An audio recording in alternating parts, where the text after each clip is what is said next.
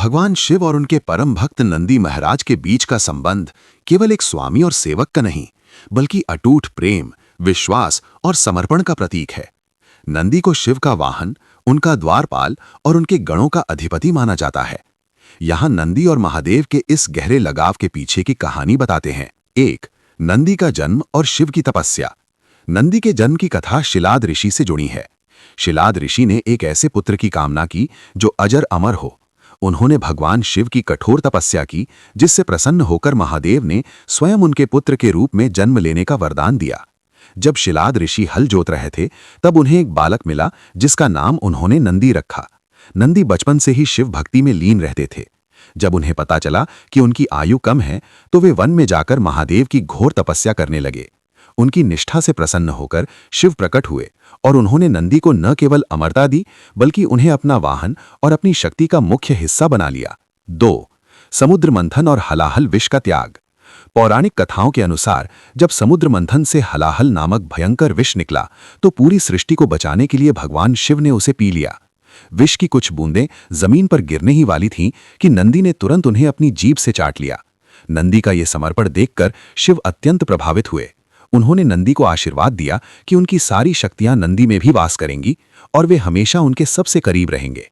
ये घटना नंदी के आत्म बलिदान और स्वामी भक्ति का सबसे बड़ा प्रमाण मानी जाती है। 3. नंदी धर्म और धैर्य का प्रतीक। आध्यात्मिक दृष्टिकोण से नंदी को धर्म का प्रतीक माना जाता है। जिस प्रकार एक बैल शांत, धैर्यवान और शक्तिशाली होता है, उसी प्रकार नंदी भी अडिग भक्ति का प्रतिनिधित्व करते हैं। शिव के मंदिरों में नंदी हमेशा महादेव के सामने बैठे रहते हैं। उनकी नजरें हमेशा शिवलिंग पर टिकी होती हैं, जो इस बात का संकेत है कि एक भक्त का ध्यान हमेशा अपने ईश्वर की ओर होना चाहिए।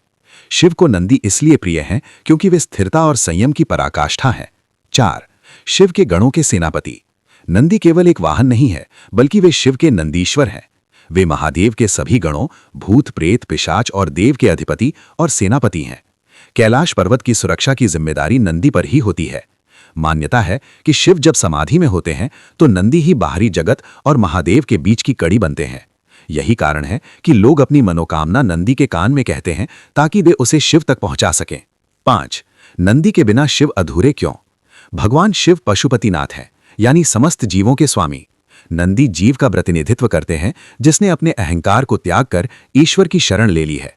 महादेव और नंदी का साथ ये सिखाता है कि जब भक्त पूरी तरह से भगवान को समर्पित हो जाता है, तो भगवान उसे अपना ही रूप बना लेते हैं। नंदी के प्रति शिव का प्रेम उनके प्रति कृतज्ञता और एक पिता जैसा वात्सल्य है, क्योंकि नंदी ने हर कठिन परिस्थिति में शिव का साथ निभाया है।